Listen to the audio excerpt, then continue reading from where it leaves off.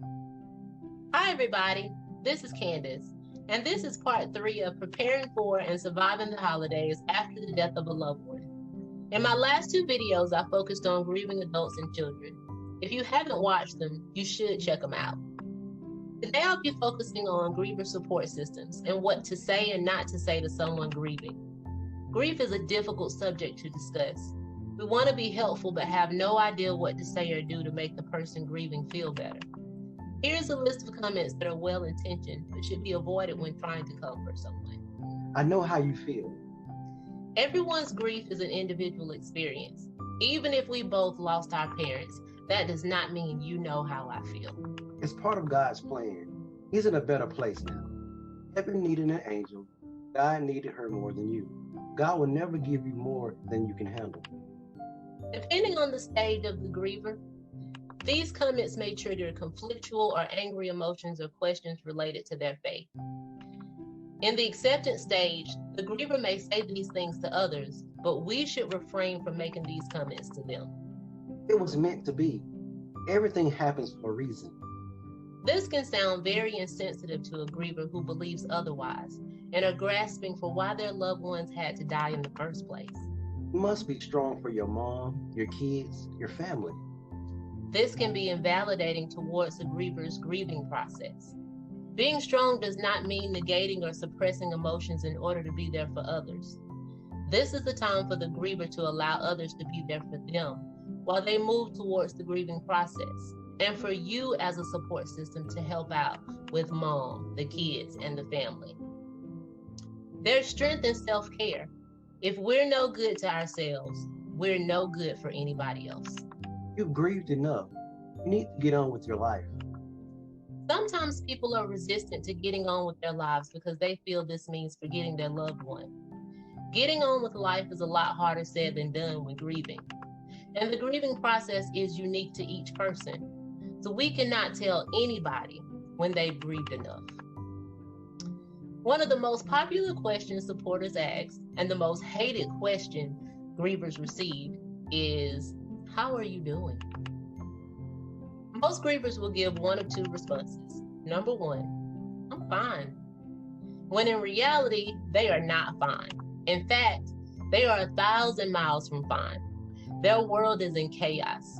Their feelings are all over the place like a roller coaster, and they feel like they just can't get off. Even if they are mature adults, right now they have the concentration of a toddler. And sometimes the person who's asking the question is someone that they hardly know or they don't trust, or both. So they lie. They lie to protect themselves from looking vulnerable. They lie to protect their children or their loved ones from having to worry about them. So they easily announce that they're fine, knowing that that is not true. Or they'll respond with honesty because they do trust the person who's asking. They believe that that person asking will give them the time and attention essential for them to truthfully respond. So the trusted person asks, and reluctantly, they truthfully answer. In addition, the question, how are you doing, can also be confusing to the griever because they don't know if you're asking to engage in conversation because you just don't know what to say to them, or if you really want to know.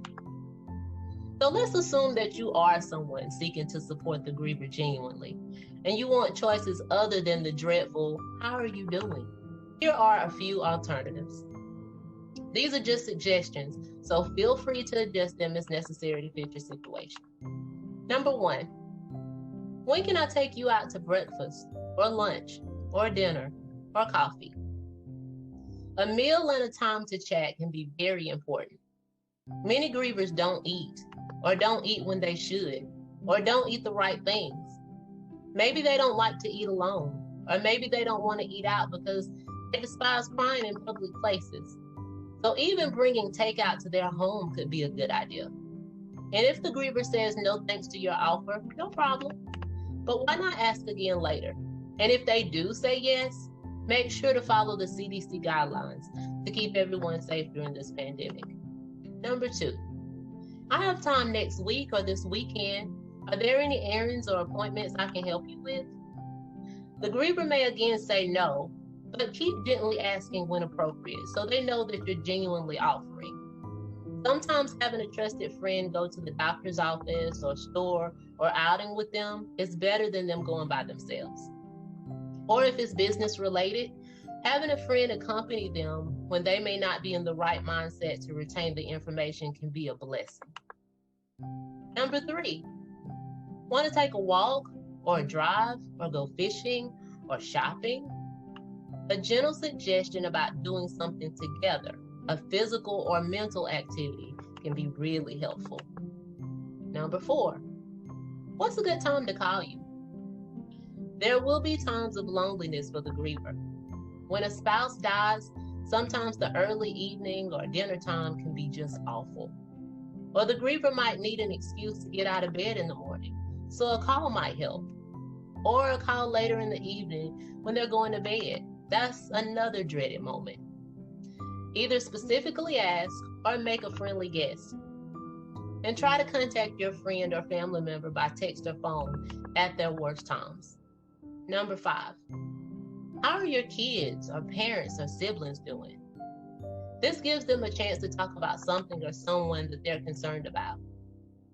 A griever may not want to talk about his or her feelings, but it can be helpful to have a trusted person ask about other key people in their life.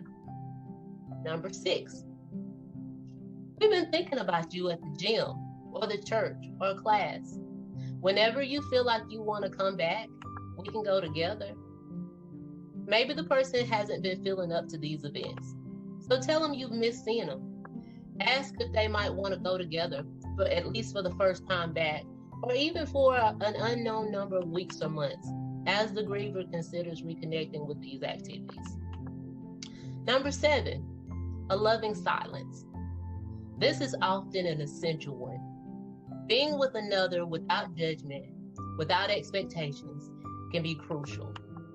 You don't have to say or ask anything. Your presence is a present. Number 8, I heard you mention this, and I got some information for you. So based on their real needs and fears, suggest what they need. Maybe a beautician, a grocery store, a handyman, or a restaurant. In other words, listen for ways you can be helpful. Some grievers, now responsible for taking care of things they've never taken care of, can use a helping hand in figuring things out. So if you hear that they have been having plumbing problems or car problems, and you know a good one, tell them about it. Or if you don't know a good person or a business that can help them brainstorm about how to get the job done.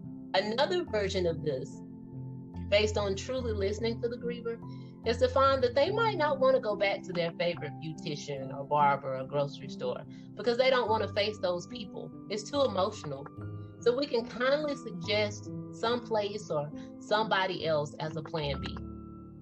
Number 9, just letting them know, I'm thinking about you and I'm available. Sometimes we don't know what to say or what to do, but we want to be supportive. We want the griever to know that we care. And we're not going to wait for them to call us. We're going to call. We're going to text. We're going to email. Awkwardly or boldly, just tell the person that you're there for them as long as they need you to be. I hope this video has been helpful. And until next time, happy holidays. Bye-bye.